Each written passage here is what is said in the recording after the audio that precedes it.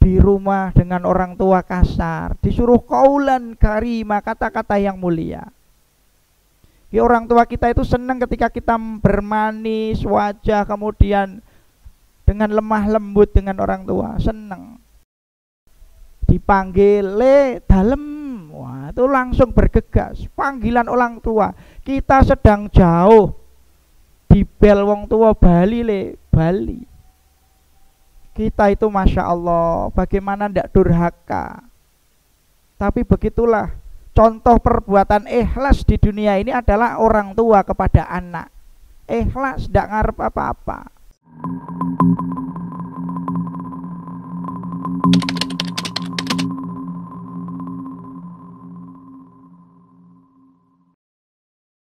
Merendahkan diri kita bahwasanya kita adalah makhluk yang dhaif, yang lemah. Sering kita mengucapkan kalimat thayyibah, kalimat zikir la haula wala quwata illa billah.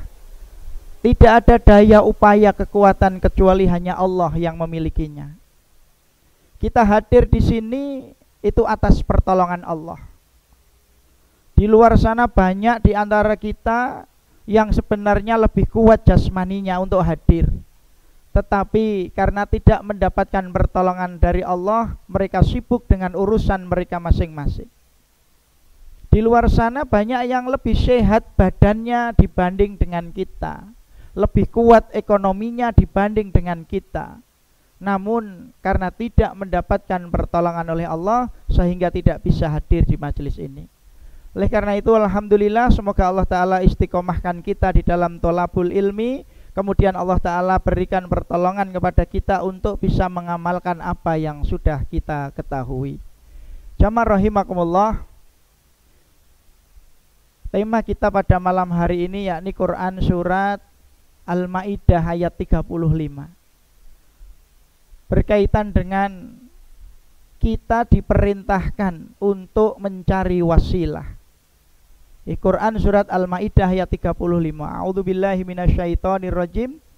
Ya ayyuhallazina amanu taqullaha wabtaghu ilaihi wasilah.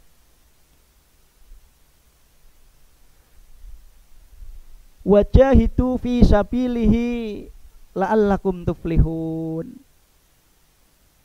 Hai orang-orang yang beriman, bertakwalah kalian kepada Allah. Jadi kita yang hadir di sini insya Allah dalam diri kita ada iman. Terbukti kalau tidak ada iman hanya dengan WA, kemudian tidak diiming-imingi kalau hadir nanti pulang disangoni masing-masing satu amplop. Seumpama dikasih amplop pun nanti amplopnya kosong, disuruh ngisi malahan. Karena dulu ada saudara-saudara kita yang dirundung duka, pasarnya terbakar atau apa itu kan, kita disuruh bersama-sama ikut peduli, diberi amplop kosong untuk nanti diisi. Tidak ada yang bayar kita hadir di sini, tetapi ini adalah panggilan dari Allah, berarti kita masih memiliki iman. Ini sebagai bukti kita hadir di sini. Ikhwani fiddin rahimakumullah, hai orang-orang yang beriman, wabtaghu ilaihi wasilah. Carilah, bertakwalah kalian kepada Allah, kemudian carilah wasilah, jalan perantara agar supaya kita bisa dekat kepadanya, kepada Allah Subhanahu wa ta'ala. Kemudian berjuanglah kalian di jalan Allah. Wajahidu fi sabilihi la'allakum tuflihun, agar supaya kalian mendapatkan keberuntungan. Ikhwani fiddin rahimakumullah, bagaimana upaya kita mencari jalan agar supaya kita semakin dekat kepada Allah? Disebut di sini tadi paling tidak adalah jihad. Kemudian hal-hal yang lain. Kemudian berkaitan dengan itu ada ayat di dalam Quran surat Ali Imran ayat 155, 156, kemudian 157. bahwasannya kita hidup di dunia ini diuji oleh Allah. Walanabluwannakum bisyai'im minal khauf, bahwa kita itu akan diuji dengan rasa khawatir, takut. Takut apa? Takut miskin, takut mati, takut tidak dapat pasangan hidup, takut tidak dapat pekerjaan dan sebagainya.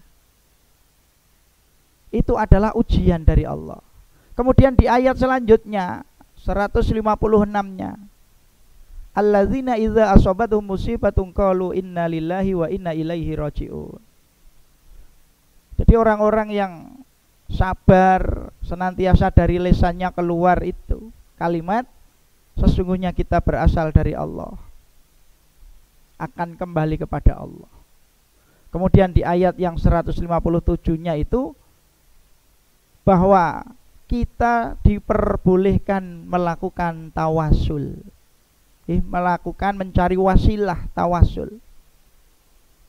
Ikhwani fillah rahimakumullah. Jadi pada kesempatan malam hari ini kami sampaikan ada tawasul, wasilah perantara di dalam kita memohon mendekatkan diri kepada Allah, berdoa kepada Allah lebih khusus lagi. Tawasul ada yang ulama sepakat, namun juga ada ikhtilaf di antara ulama. Apa tawasul yang disepakati oleh para ulama? Yang pertama adalah tawasul berwasilah dalam kita memohon kepada Allah dengan amal soleh. Ini ulama sepakat. Ya, tidak ada perselisihan ulama menggunakan amal soleh sebagai wasilah dalam memohon kepada Allah, mendekatkan diri kita kepada Allah di dalam berdoa. Dalilnya apa? Ya, di dalam kitab Riyadhus Shalihin itu ada salah satu bab yang menceritakan ada 3 orang pemuda yang terjebak di dalam gua. Kemudian 3 orang ini sedang melakukan perjalanan, tiba-tiba datang hujan, mereka bertiga berteduh di dalam gua. Namun qadarullah tiba-tiba dari atas bukit itu ada batu yang menggelinding. Kemudian pas berhenti di depan mulut gua, sehingga 3 orang yang sedang berteduh ini tidak bisa keluar dari gua. Maka 3 orang dari mereka salah satu mengatakan, ayo kita bersama-sama dorong batu ini. Didorong tidak kuat, tidak bergeser sedikit pun. Kemudian salah satu pada mereka mengatakan, dengan usaha ikhtiar sudah, maka selanjutnya mari kita berdoa dengan amal soleh kita masing-masing. Salah satu dari mereka mencari-cari kebaikan yang ada pada dirinya. Amal apa yang kira-kira yang terbaik menurutnya. Dia ingat-ingat. Kemudian dia mengingat salah satu kebaikannya. Tatkala dulu dia pernah menjadi seorang majikan. Dia memperkerjakan orang. Tatkala pekerjaannya itu sudah pas gajian, ternyata dia bergegas pulang, gajiannya tidak diambil. Lama ditunggu gak datang, kemudian gajiannya ini dibelikan kambing. Berselang bertahun-tahun, kambingnya semakin banyak. Tiba-tiba suatu waktu pekerjanya ini datang, bos, saya mau ambil gaji karena saya dulu langsung pulang, tidak sempat ngambil gaji, ada urusan. Maka majikannya ini mengatakan, ayo kamu ikut aku. Ditunjukkan di sebuah padang rumput, itu semua gajimu, domba-domba itu gajimu. Pekerjanya mengatakan, bos ojo ngece bos, bayaranku ora semono akeh bos. Dulu ketika kamu pergi, uang saya pegang, saya khawatir nanti terpakai atau nilainya semakin turun. Kemudian uang ini aku belikan kambing domba ini, dan ini semakin banyak, semua dari uang itu. Kalau kamu mau silahkan ambil, ternyata betul oleh pekerjanya ini diambil semua kambingnya, tidak kemudian disisakan satu pun. Saya ikhlas semua itu diambil. Ya Allah, jika ini adalah amal yang Engkau terima, amal yang baik, maka tolong bukakan pintu gua ini. Dan mengatakan didorong kemudian bergeser. Jadi pintu gua, batu yang menutupi pintu gua tadi bergeser. Namun hanya sekedar tangan bisa keluar. Kemudian orang yang kedua, silahkan kamu berdoa dengan amal solehmu. Orang yang kedua ini berpikir, kemudian memohon dengan amal kebaikannya. Ya Allah, saya dulu memiliki seorang tua, seorang ibu yang sudah sepuh. Saya senantiasa memberikan beliau makan dan memberikan beliau minum susu sebelum saya memberikan makan dan minum kepada istri dan anak-anak saya. Suatu ketika saya pulang agak larut, kemudian saya memerah susu untuk diberikan kepada ibu saya. Ibu saya sedang tertidur. Anak-anak saya berebut ingin meminum susu itu. Namun saya tidurkan anak-anak, tidak boleh minum sebelum ini diminum oleh ibu saya. Kemudian setelah anak-anak tidur, saya memegangi tempat minum itu. Kemudian tengah malam ibu saya bangun ingin meminumnya. Kemudian saya berikan kepada ibu saya tidak mengatakan bahwa dari tadi saya menunggu ibu untuk segera meminum susu ini. Ya Allah, jika ini adalah amal soleh yang Engkau terima, kebaikan yang Engkau terima, tolong bukakan pintu gua ini. Didorong, buka lagi. Kepala, tangan bisa keluar, tapi badan semua belum bisa keluar. Kemudian orang yang ketiga berdoa dengan amal yang terbaik yang ada pada dirinya. Ya Allah, dulu saya adalah orang yang bermaksiat kepada Engkau. Diceritakan orang ini adalah dulu rentenir. Ada seorang kepala rumah tangga, seorang bapak berhutang banyak kepadanya. Bapak-bapak ini memiliki seorang anak wanita yang cantik. Kemudian seorang mantan rentenir ini menagihnya. Sang bapak ini tidak mampu untuk membayarnya. Kemudian dia menawarkan kepada anak gadisnya, kalau mau melayaninya, maka hutangnya lunas, bahkan akan ditambah dengan uang lagi. Maka sang gadis ini menolak. Namun suatu saat terjadi paceklik yang luar biasa. Sang gadis ini mendatangi orang tadi. Kemudian menerima tawarannya. Tatkala sudah berada di dalam kamar, ketika saya mendekati wanita itu, wanita ini, gadis ini mengatakan, takutlah engkau kepada Allah. Tiba-tiba betul aku takut kepadamu ya Allah. Maka aku tinggalkan gadis itu dan kemudian aku berikan uangnya, kemudian aku bebaskan hutangnya, dan aku berhenti dari rentenir pekerjaannya itu. Jika ini adalah amal yang terbaik yang engkau terima, menjauhi maksiat, maka tolong bukakan pintu gua ini. Kemudian didorong, pintu gua terbuka lebar, mereka bisa keluar. Ikhwani fiddin rahimakumullah. Jadi wasilah yang pertama adalah dengan amal soleh. Berdoa, bertawasul dengan perantara amal soleh. Maka kita yang masih muda-muda, insya Allah jenengan masih muda, muhasabah diri.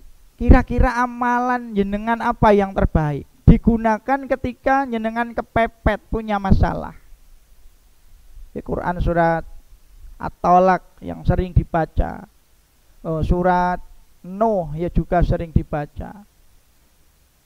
At-Tolak ayat 2, 3, 5 Sering kita baca, wa may yattaqillaha yaj'al lahu mahraja wa yarzuqhu min haitsu la yahtasib. Barang siapa yang bertakwa kepada Allah, maka Allah akan memberikan jalan keluar dari segala kesulitannya, dan Allah akan berikan rezeki dari arah yang tidak disangka-sangka. Maka ikhwani fillah rahimakumullah, hari ini kita dari kisah ini menghitung, muhasabah diri. Amal terbaik kita hari ini apa? Seumpama tadi dicontohkan satu, ketika menjadi majikan, kita diperintahkan menggaji saja sebelum keringatnya kering. Kita berupaya istiqomah menggaji karyawan tepat waktu. Itu nanti bisa menjadi wasilah untuk berdoa. Seumpama sudah kejadian demikian. Amalan yang kedua misalkan, memiliki orang tua, memiliki ibu. Kalau di kisah ini seorang ibu. Sering kami sampaikan bahwasannya ridallah fi ridha walidain wa suhtullah fi suhtil walidain. Ridha Allah itu bergantung kepada ridha orang tua, murka Allah itu juga bergantung kepada murka dua orang tua. Maka hari ini kita yang masih punya orang tua, bagaimana sikap kita kepada orang tua kita? Quran surat Al-Isra 23-24 sering disampaikan, berkali-kali disampaikan. Masya Allah, ketika dalam majelis seperti ini, seolah-olah kita itu nanti sampai rumah saya akan baik dengan orang tua saya. Di sini nanti sampai rumah berubah lagi. Wa qadha rabbuka alla ta'budu illa iyyahu wa bil walidaini ihsana imma yablughanna indakal kibara ahaduhuma aw kilahuma fala taqul lahumma uffin wa la tanharhuma wa qul lahumā qawlan karīmā wahfiz lahumā janahaz zulmi minar rahmah wa qur rabbirhamhumā kamā rabbayani shaghīrā. Dan Allah Subhanahu wa ta'ala memerintahkan kepada kita sekalian untuk hanya mengabdi kepada Allah. Jangan sampai kita pernah menduakan Allah, berlaku syirik kepada Allah. Dan kemudian berbuat baik kepada kedua orang tua kita.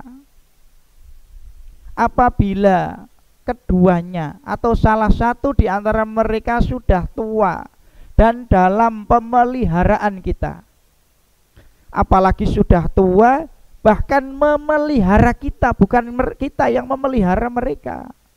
Hari ini kita masih punya orang tua yang sudah sepuh, masih memelihara kita. Itu terbalik. Harusnya kita yang memelihara mereka. Apabila mereka keduanya atau salah satu sudah tua dalam pemeliharaan kita, jangan pernah kita mengatakan kepada kedua orang tua. Jangan kita membentak kedua orang tua kita. Berkata-katalah kepada mereka qaulan karima, dengan kata-kata yang mulia. Memilih kata yang terbaik untuk orang tua kita. Insya Allah bagi kita yang hari ini sudah menjadi orang tua, karena posisi ada yang anak, ada yang menjadi anak sekaligus orang tua. Hari ini kita yang juga sebagai orang tua dan anak bisa merasakan ketika anak kita itu omongannya itu sengkering itu di hati kita orang tua, Masya Allah. Ya, maka jadikan orang tua kita itu bangga punya anak kita. Diundang di sekolahan, dipanggil untuk ambil rapot, diumumkan kalau zaman dulu juara 1 dari kelas ini diraih oleh Ananda Fulan bin Fulan. Kepada orang tua wali dari Ananda Fulan dimohon untuk berdiri. Itu orang tua kita yang sudah menjadi orang tua langsung nangis, seneng rakaruan. Tapi kemudian banyak di antara kita dulu orang tua kita dipanggil ke sekolahan, ternyata anak bolosan. Pon bayar SPP atau bayar ke. Belut di sekolahan, udut ning sekolahan. di rumah dengan orang tua kasar, disuruh qaulan karima, kata-kata yang mulia. Ya, orang tua kita itu senang ketika kita bermanis wajah, kemudian dengan lemah lembut dengan orang tua, senang. Maka hari ini kita sampaikan bahwasanya kalau kita orang Jawa berbahasa dengan bahasa Jawa yang halus dengan orang tua. Kita ketemu orang di jalan itu mudah untuk menggunakan bahasa Jawa halus. Padahal kenal ora. Tapi dengan orang tua yang memelihara kita kon kromo halus wangele ra karuan. Ya, ada yang hafal, ya, sering saya sampaikan basa haluse bapak turu aku adus. Napa, Mas? Bapak turu aku adus. Bapak turu aku adus. Bapak turu kula siram katanya. Bapak sare kula siram. Lha niku bapak sare kula siram kan melaske bapake disiram niku. Karena kita tidak paham bahasa halus. Untuk diri kita sendiri kan tidak boleh dibosokke. Berarti bapak sare kula adus. Mboten kula siram, maka disiram artinya digebyur bapake. Maka seumpama nggih pakai bahasa Jawa kan dipanggil le dalem. Wah, itu langsung bergegas. Panggilan orang tua. Kita sedang jauh di bel wong tua Bali le, Bali. Kita itu Masya Allah, bagaimana ndak durhaka. Tapi begitulah contoh perbuatan ikhlas di dunia ini adalah orang tua kepada anak. Ikhlas, ndak ngarep apa-apa. Kita terkadang sudah bekerja sebulan ngasih jatah orang tua 1 juta, 2 juta, itu rumangsane wis impas. Padahal Quran surat Luqman ayat 14, wa wasainal insana biwalidayhi hamalathu ummuhu wahnan ala wahnin wa fisaluhu fi amaini anishkur li walidayk ilayyal masyir.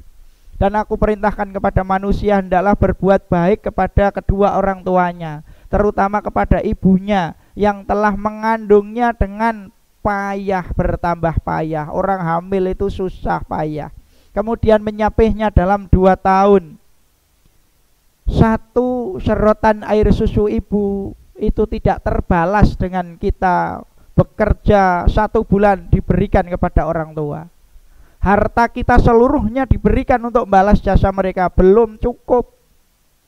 Sehingga disampaikan kamu, hartamu adalah milik kedua orang tuamu. Jadi kita, orang tua datang ke rumah kita seumpama kita sudah berkeluarga, itu mau ambil ambil apa, itu halal. Tapi kita yang sudah bekerja, berkeluarga, masuk rumah orang tua, kita sudah punya rumah sendiri misalkan. Datang ke rumah orang tua, kita mau ngambil, itu harus izin sama orang tua. Tapi hari ini kan banyak yang terbalik. Orang tua mau datang ke rumah anaknya mindik-mindik wedi. Makanya jenengan pernah dengar kisah Alqamah, pemuda yang tekun beribadah. Tetapi ketika syakaratul maut mau mengucap la ilaha illallah kesulitan. Kenapa? Karena menyakiti hati orang tua. Maka ikhwani fitin rahimakumullah, berbuat baik kepada orang tua itu menjadi wasilah. Wasilah yang handal ketika kita berada mengalami kesulitan, berdoa dengan kebaikan yang kita lakukan itu.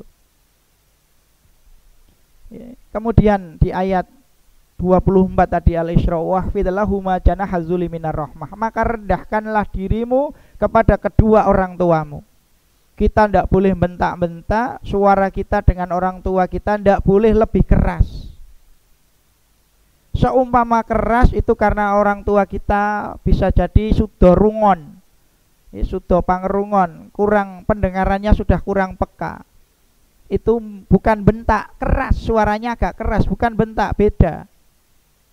Walaupun terkadang orang tua itu juga salah paham, iki anakku getak-getak, padahal maksudnya tidak bentak. Tapi Masya Allah, dulu orang tua ngerawat kita lagi enak-enaknya tidur, Moro-moro ngompol, wong tua tangi, wah nangis nih apa? Oh popoke teles, ganti popok. Bagi yang sudah punya anak atau masih punya anak kecil, bayi, itu biasa bangun malam ganti popok. Terutama ibu, ya, makanya ketika Rasulullah ditanya oleh seorang sahabat, ya Rasulullah, man a'akun nas bi husni su'bati. Siapa manusia di muka bumi ini setelah engkau yang harus aku taati? Jawab Rasulullah, ummuka. Summaman, kemudian siapa lagi ya Rasulullah? Ummuka, ibumu. Summaman, kemudian siapa lagi ya Rasulullah? Ibumu. Kemudian siapa lagi ya Rasulullah? Bapakmu. Ibu disebut 3 kali. Karena ibu kita itu mengalami lebih sulit daripada bapak. Kira-kira kita yang sudah berkeluarga, kalau malam anaknya masih bayi nangis, itu yang bangun bapaknya nopo ibu ibu bapak-bapak itu kayak bu anaknya nangis kesel esok kerja mangkat gasi. Padahal seorang istri wanita ibu kerjanya 24 jam di rumah, itu 24 jam, bapak paling 8 jam. Ketika pulang sampai rumah buka tempat makan orang lawi ngamuk gitu. Maka ikhwani fitin rahimakumullah, rendahkan diri kita. Kita sarjana, ibu paling lulus SMP. Jangan demikian. Bodohnya orang tua kita itu berarti pinternya kita. Lah kita bisa jadi sarjana itu karena seorang yang nggak lulus sekolah SD ataupun SMP itu. Kita bisa baik berhasil itu bisa jadi karena doa mereka. Mereka jerih payah. Kalau sering disampaikan, Masya Allah, sebagai orang tua itu, bagi yang sudah menjadi orang tua, ngalah mau beli sandal baru sing rada mereke men rada larang, itu ngalah saking-sakinge anake men iso tuku sepatu men rada apik kaya mbatire. Orang tua itu ngalah mau beli baju baru saking-sakinge ben anake kelambine anyar kaya kancane ben ora dipoyoki kancane. Itu orang tua demikian berkorban untuk kita. Ikhwani fillah rahimakumullah. Jadi wasilah yang pertama dengan amal soleh. Kemudian tadi dikisahkan di hadis, di kitab hadis Riyadhus Shalihin itu dengan menjauhi maksiat. Makanya majelis taklim ini, perkumpulan kita dinamakan perkumpulan leren dugal, leren untuk bermaksiat.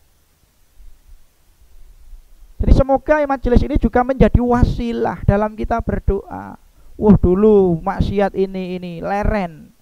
Karena melakukan perintah itu pahala, meninggalkan larangan itu juga pahala. Ini meninggalkan larangan dari melakukan zina, dari melakukan riba, dia berhenti kemudian bertaubat kepada Allah. Maka ikhwani fitin rahimakumullah, kita berupaya untuk melakukan kebaikan-kebaikan, karena ini akan menjadikan wasilah bagi kita dekat kepada Allah, doa kita diijabah oleh Allah. Kemudian yang kedua, wasilah yang ulama itu sepakat, tidak ada ikhtilaf, bahwasannya wasilah dengan asmaul husna. Wallahul asmaul husna fad'uhu biha. Sesungguhnya Allah memiliki nama-nama yang bagus, dan bermohonlah kalian kepadanya dengan nama-nama Allah yang baik itu. Kita memohon ilmu, ya Allahu ya Alim, mudahkanlah saya di dalam belajar ya Allah. Tidak hanya Rabbi syrah li sadri itu saja. Itu kan doanya Nabi Musa.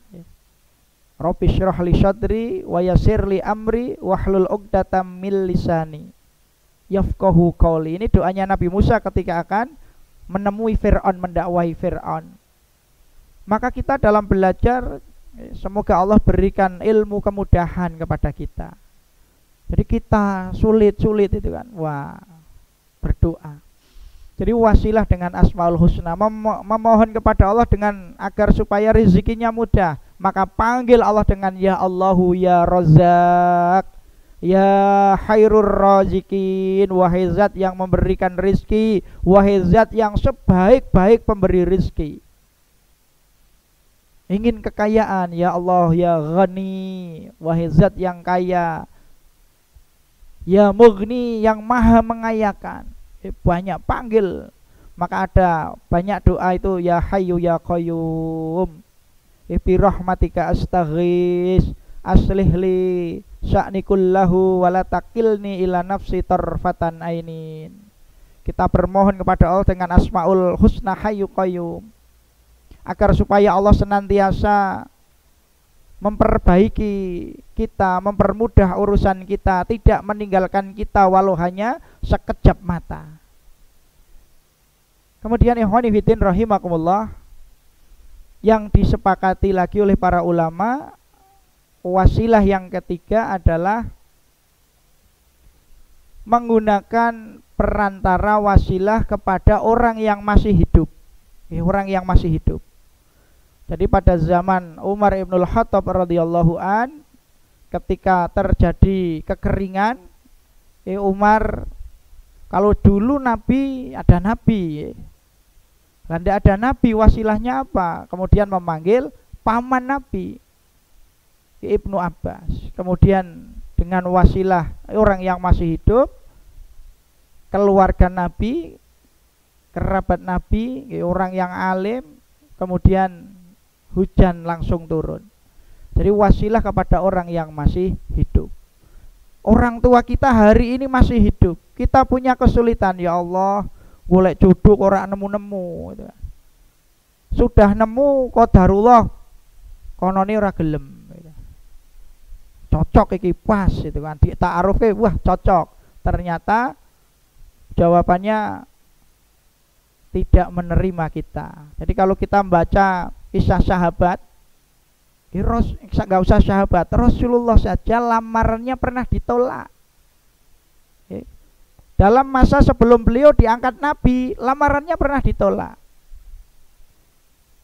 Iki kok nopo bingung kok ngandel napa mboten niki? Ngopo ora tau krungu saking-sakinge blas ora tau krungu mosok Rasulullah ditolak lamarannya gitu kan.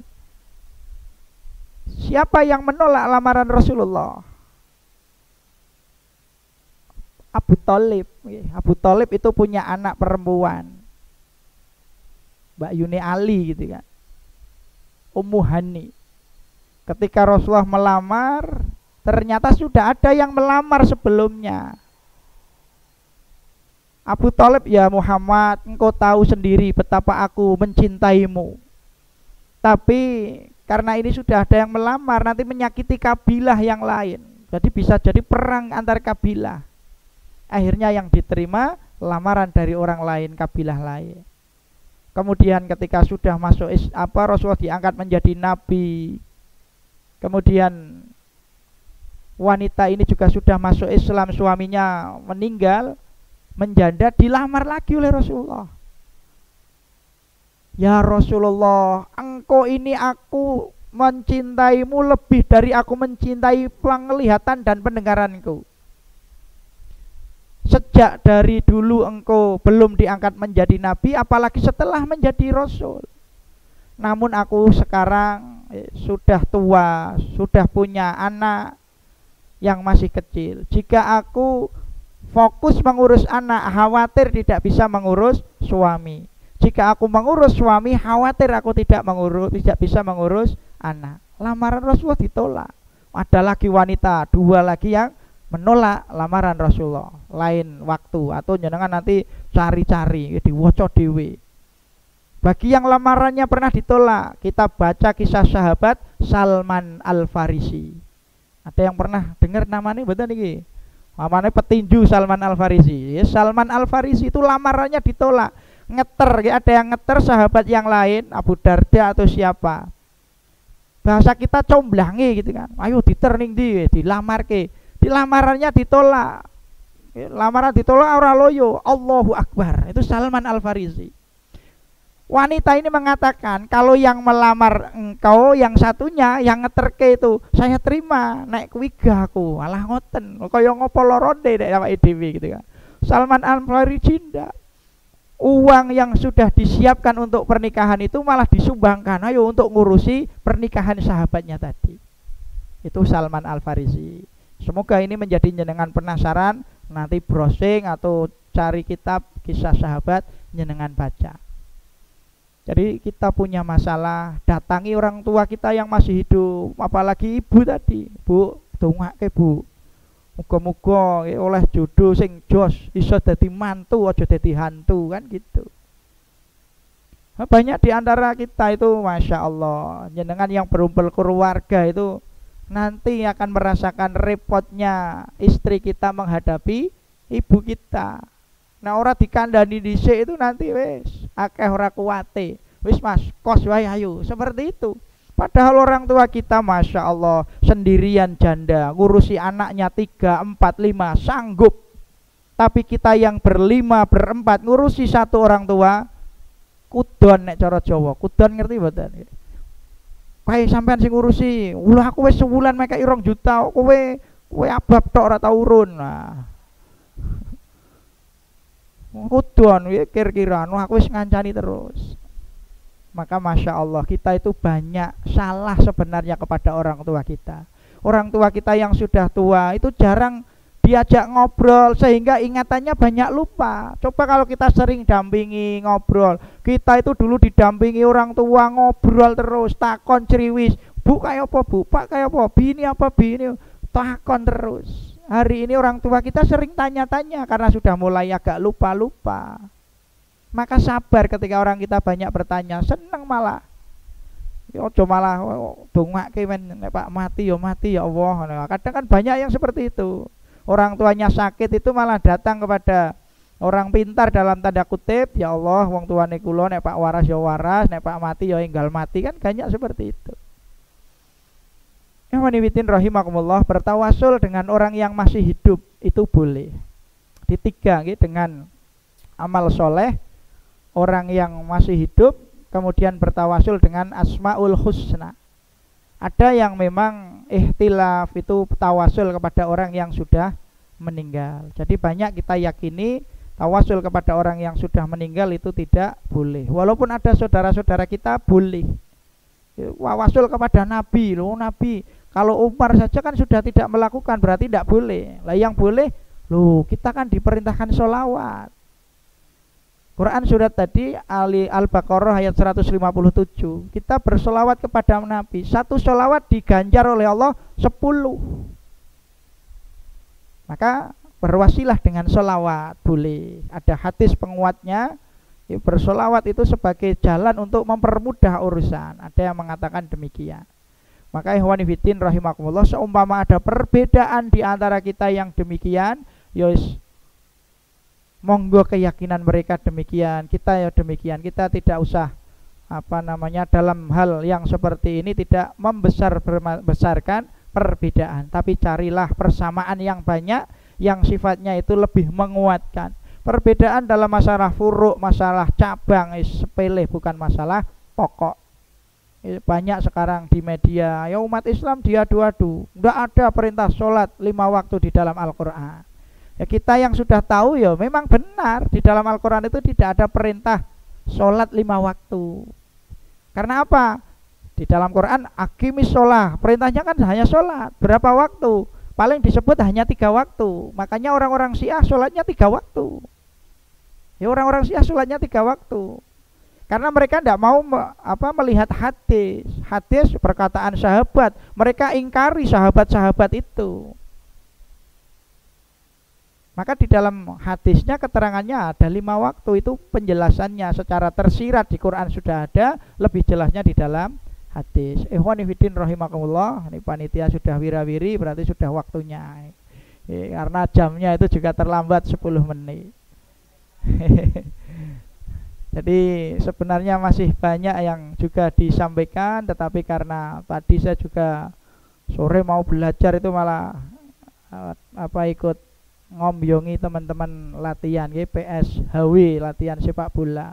Pada maghrib mau buka buku sebentar, malah ada tamu, istrinya sakit kanker, kemudian minta saran besok mau dibawa kemana, ambulannya gimana. Alhamdulillah sudah, saya tadi juga agak terlambat ke sini. Ternyata sampai di sini juga masih belum banyak yang hadir. Ikhwanifiddin rahimakumullah, kiranya ini yang bisa disampaikan. Semoga apa yang saya sampaikan menjadikan jenengan semua penasaran. Kita itu masih kurang ilmu. Ibarat orang belajar itu mencelupkan jari ini di dalam air laut. Lautan yang luas, air yang menempel di jari kita itulah ilmu kita. Yang jatuh kembali dan lautan yang luas itulah ilmu Allah dan sebelum banyak yang belum kita ketahui, sehingga semakin ingin belajar dan belajar. Semoga Allah senantiasa bimbing kita untuk mendapatkan hidayah, kemudian kita istiqomah di dalam ketaatan. Kebenaran datang dari Allah, silahkan diambil. Kekeliruan karena kebodohan yang menyampaikan, mohon maaf, dan semoga Allah beri ampun. Kita akhiri dengan doa kafaratul majlis. Subhanakallahumma wa bihamdika asyhadu an la ilaha illa anta astaghfiruka wa atubu ilaik. Wal afu minkum. Wassalamualaikum warahmatullahi wabarakatuh.